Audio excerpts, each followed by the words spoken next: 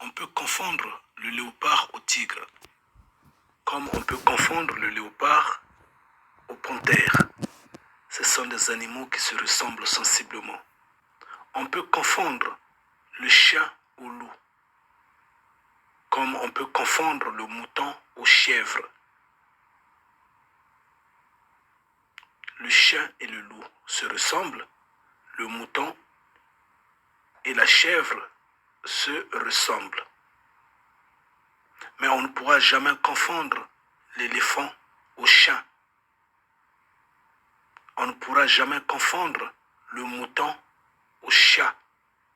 C'est pas possible. Ils n'ont pas des ressemblances. On peut confondre l'arabe au blanc,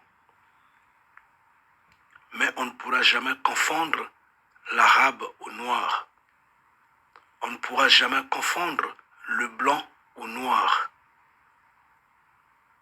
parce qu'ils ne sont pas pareils.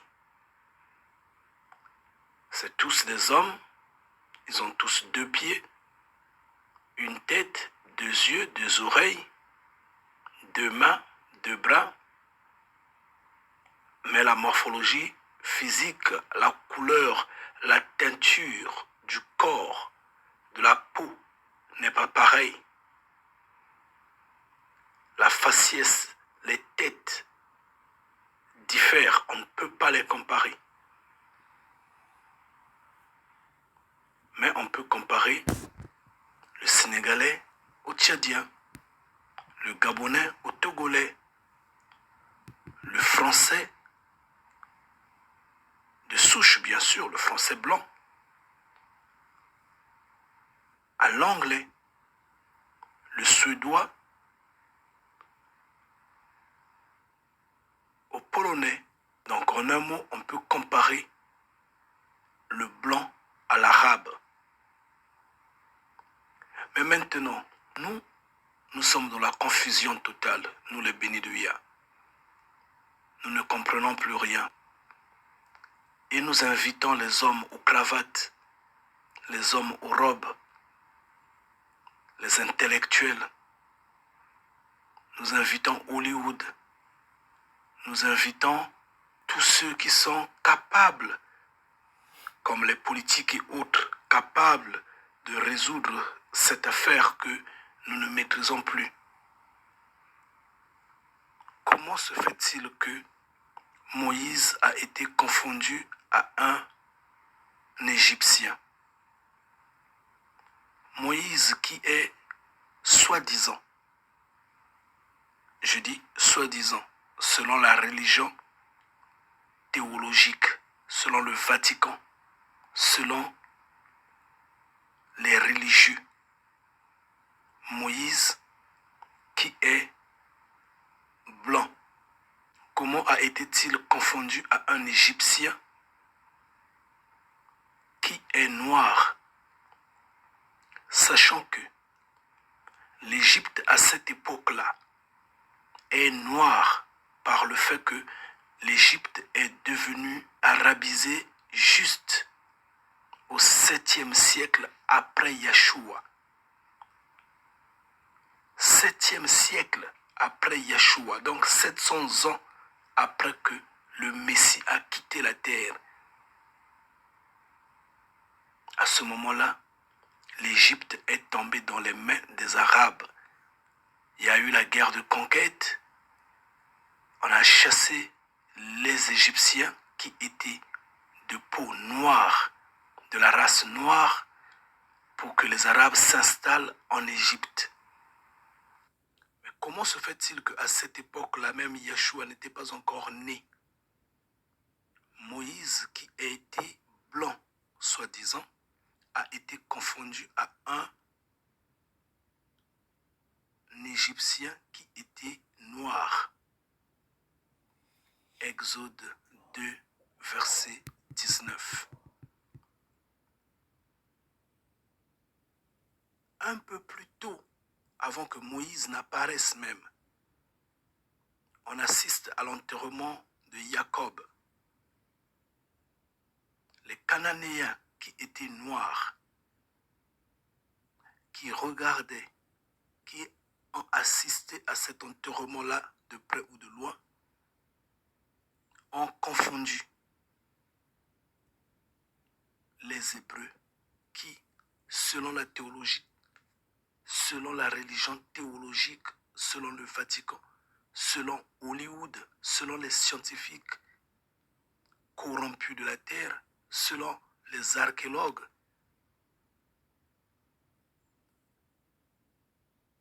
les Hébreux qui étaient blancs ont été confondus aux Égyptiens qui étaient noirs. Comment cela ça se fait? Genèse 50, verset 11. Donc finalement les Cananéens ont été des idiots pour confondre les blancs aux noirs. Comment peut-on confondre les blancs aux noirs? Comment? C'est une impossibilité. On peut confondre l'arabe au blanc. Oui, mais pas le blanc au noir. C'est une impossibilité. On ne peut pas confondre l'arabe au noir. C'est une impossibilité. Ça, c'est du mensonge. C'est du mensonge. C'est une grosse falsification. Honte aux usurpateurs. Honte à tous ceux qui marchent sur cette falsification-là. Nous nous posons toujours cette question-là. Comment se fait-il que Paul de Tarse, qui était, selon la religion théologique, selon Hollywood, selon les religieux blancs, a été confondu à un Égyptien qui, à cette époque-là, l'Égyptien était noir. Comment cela, ça se fait? Actes des apôtres 21, versets 38 à 39. Est-ce que quelqu'un peut nous expliquer cette parole de Yeshua? Révélation 2, verset 9. Yeshua, reconnaissant la richesse du peuple hébreu,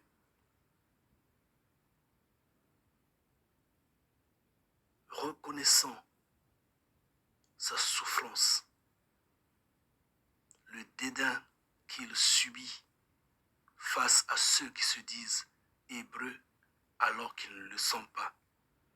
Quelqu'un peut nous expliquer cela?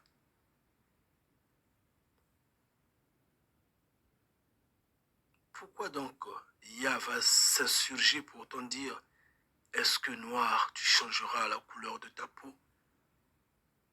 Est-ce que tu peux changer la couleur de ta peau? Amos 9, verset 7. Il y a son bruit à ce moment donc, quand il se dit, est-ce que l'hébreu n'est pas pareil, n'est pas comme l'Éthiopien? Yah a-t-il confondu? Est-ce que quelqu'un peut nous apporter la lumière? Soyez bénis. Soyez bénis. Mais nous vous appelons à vous repentir, quitter ces églises-là. C'est des trompeurs. Les Hébreux sont noirs. Les Hébreux sont noirs. La terre est en Afrique. Afrique centrale. Oui. Et vous direz que ça, ce ne sont pas nous? Vous le direz vraiment que ça, ce ne sont pas nous? Et donc le Deutéronome 28, verset 48, trompe. Soyez francs et dites la vérité, arrêtez de tromper les gens. Et même ces aveugles qu'on trompe. Vous n'avez pas de Bible? Vous n'avez pas de Bible pour comprendre qu'on vous trompe? Donc vous signez, vous confirmez, vous insistez que ça, ce ne sont pas nous. Et donc le Deutéronome 28, verset 68, trompe. C'est ce que vous voulez nous dire. Et c'est nous qui avons édité cette Bible-là, nous les bénis de Yah. Mais nous avions seulement attrapé le voleur avec son objet volé. Ce que disait Simon Kimbangu. Lisez ce livre-là, lisez la Bible sans cesse et vous allez comprendre combien et comment l'Occident nous trompe.